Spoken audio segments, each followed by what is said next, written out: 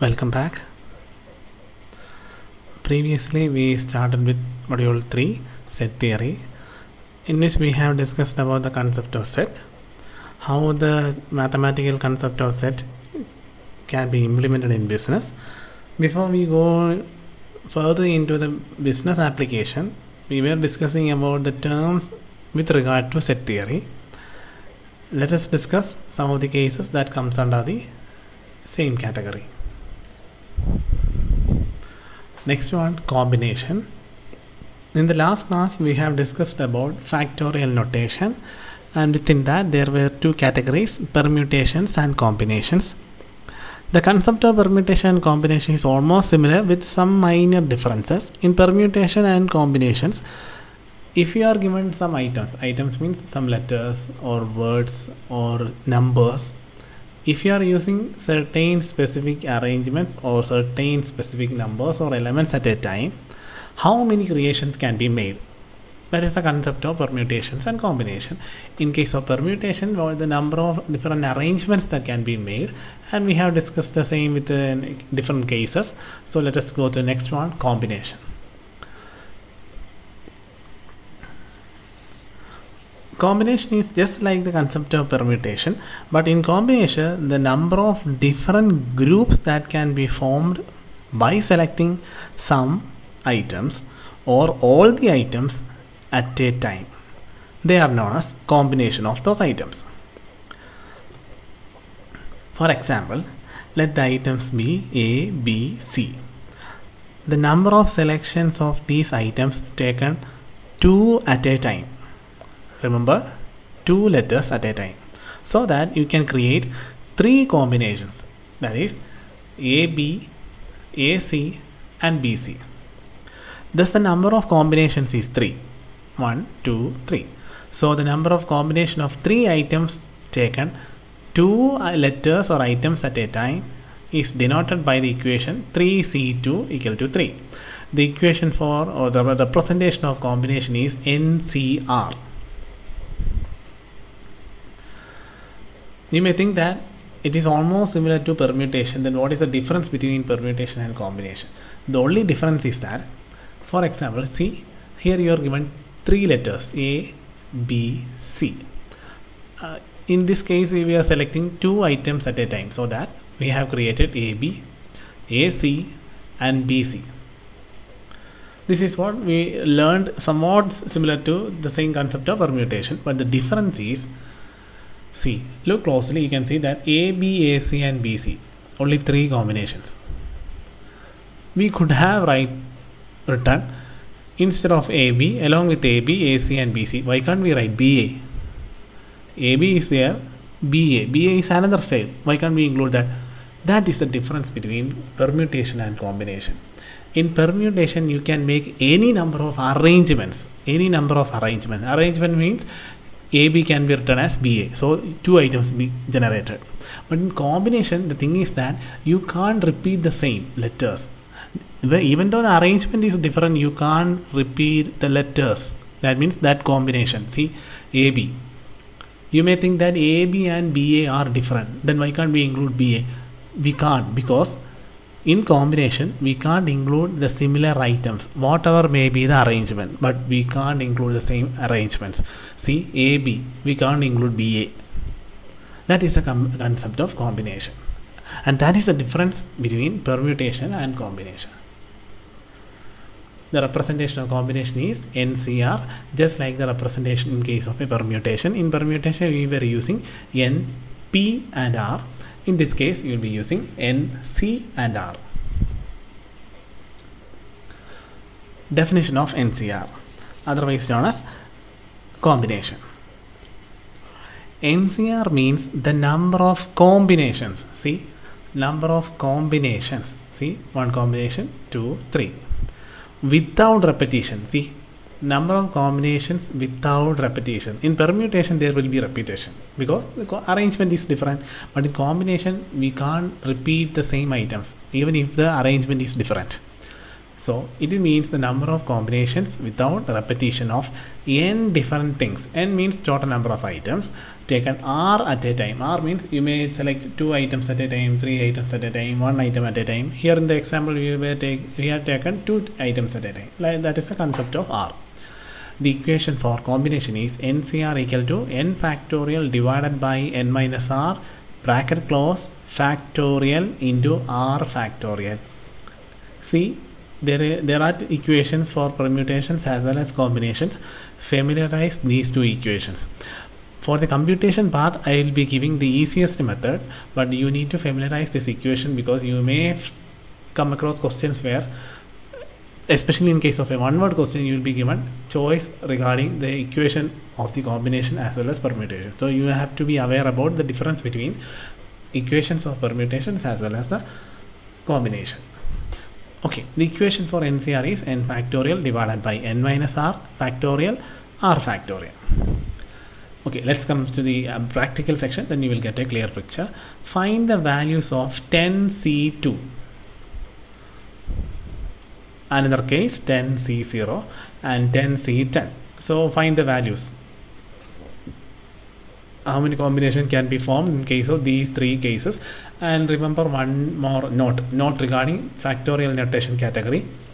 In the previous class we have discussed a note regarding 0 factorial is 1, and remember any number means representing 1 factorial means 1 itself.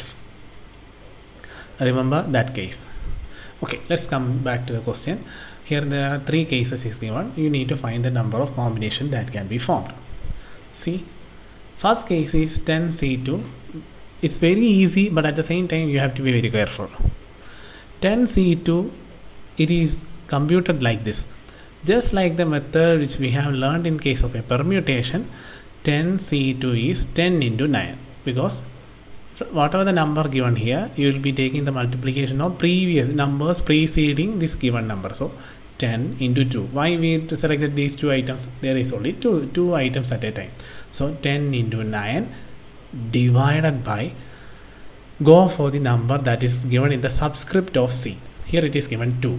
So whatever the number is given, the numbers preceding the particular subscript number has to be, you have to take the multiplication of all those numbers. So in general it will be like this: 10 into 9 divided by here 2, so 2 into 1 equal to 45. That is the computation of combination. Actually this is the equation, but if you are substituting the same in this case, in this equation, you may find it confusing, but for the trickiest method is like this. Okay, let's try another in the same case. I will explain another one. 10, just imagine 10C5.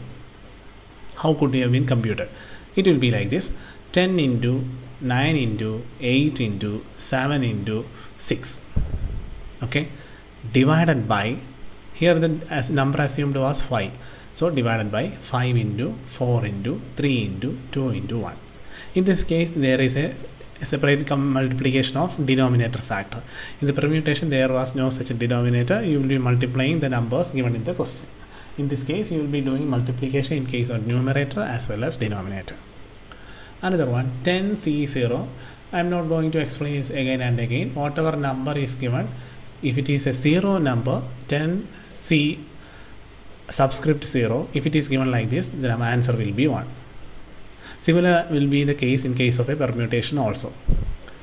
Another case, 10C10. So whenever you come across a combination or permutation number where 10C divided by 10, subscript 10, usually this case comes under the combination part. Whatever the number, C again the same number. If these two numbers are similar, the answer will be 1. I hope you are getting the concept. Let us go to some of the application level cases, because actually all these methods we are learning in this course because of its practical application in business. In how many ways 3 black balls can be drawn from a bag containing 5 black balls? In how many ways 3 black balls can be drawn from a bag containing 5 black balls? So the total number of balls in a bag is 5, and you can select 3 balls at a time. because you know the specification regarding that. It is said that in how many ways 3 black balls can be drawn. So let us assume that we can select 3 balls at a time. So the case will be NCR equal 5C3. Why it is 5C3? N means total number of items. There are 5 black balls in a bag, so N is 5. And in the question it is specifically mentioned that you can take 3 black balls at a time. So 5C3 equal to 5 into 4 into 3, because their number is 3. So you need to take the multiplication of 5 including the numbers 3 preceding 5. 5 into 4 into 3, 3 points, divided by, here it is 3, so you need to take the multiplication of numbers preceding 3. So 3 into 2 into 1 equal to 10. So this is how you have to do the case. Another one. A bag containing 5 white and 4 black balls. 3 balls are to be selected, of which 2 should be white. Find it in how many ways it can be performed. The question is a bit tricky, but we will deal it. A bag containing 5 white, 4 black balls. 3 balls are to be selected, of which 2 should be white. So you can select 3 balls at a time, but it is said that you need to at least select 2 balls at a time. So if you are selecting 3 balls, 2 should be white, 1 can be black. So you have to find the computation likewise separately.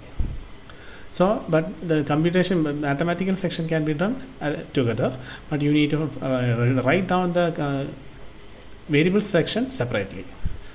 So number of ways 2 white and 1 black ball can be selected, because in the question it is said that 3 balls can be selected, out of which 2 should be white. So automatically the other one will be black. So 2 white and 1 black at a time, that is NCR, that is the equation for the combination and representation of combination. NCR equal to, it is said that bag containing white. So let us discuss with the white as well as black separately. So if it is regarding white, total number of white balls is 5. See, in the question it is said that out of 3 you should select 2.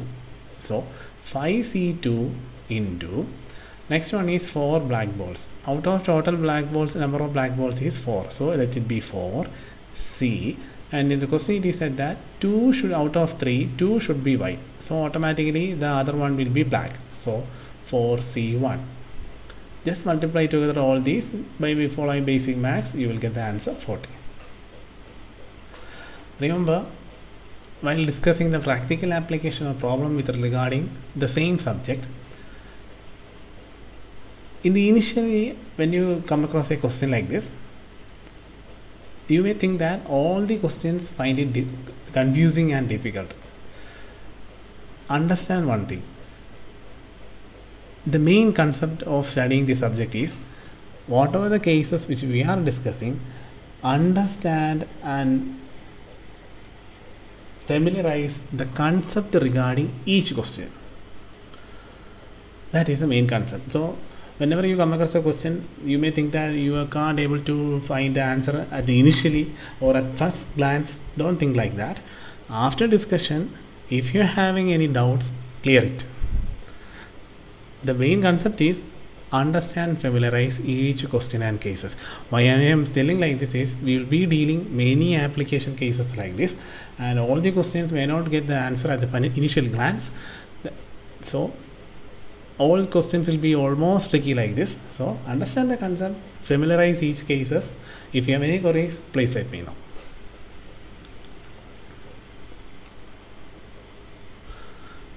I hope you have understand this concept. Let us go to next one.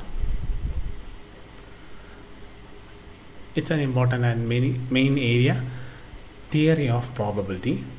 I hope few of your friends have learned this concept, theory of probability, in your smaller classes. Some might have heard about it, some may not have heard about it. Don't worry, we will begin from initial stage.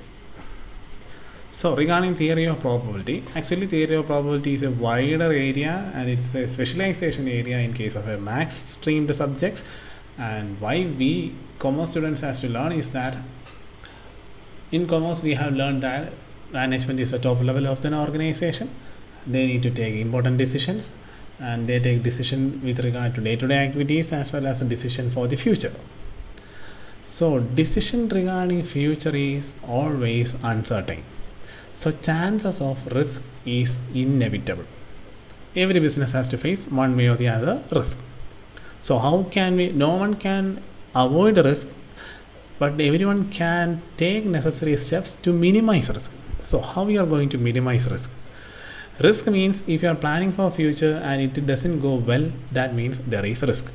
But if you plan for future and if it goes well, that means, well means if it is going as per the plan, it means it's okay and fine. So how we are going to make that plans okay? For planning for future, you need to plan properly without any issues. So planning for future requires forecasting. Since the forecasting with regard to future is always uncertain, there is chances of risk. So whenever you are planning for future or whenever you are forecasting for future, you need to analyze and study each and every issues and events with regard to that particular issue, area which you are going to take decision.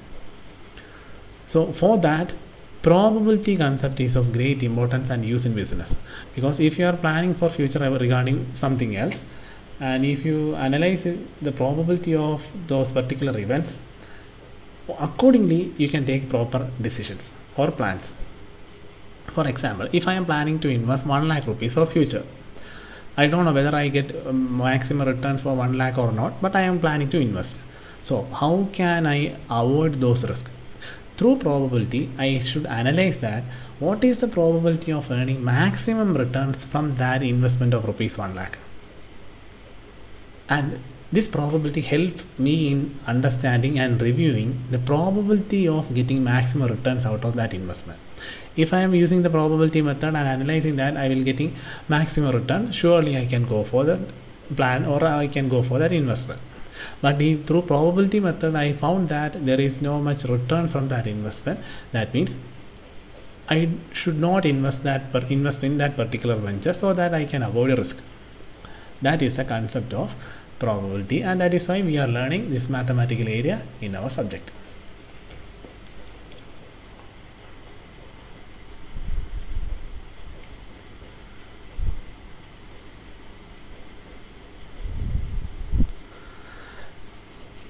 So before we go further into the mathematical application of probability, just like the set theory, it also includes many terms which we have to deal during the problem area or practical area or methodological area. So you need to familiarize and understand each terms with regard to probability. So first let us discuss about various terms and concepts regarding probability. Before going into that, you need to have a clear idea about what is meant by probability. I hope you have heard the term probability. Probability means chance, or it is a common use in our day-to-day life. Probability means likeliness to happening of a certain event.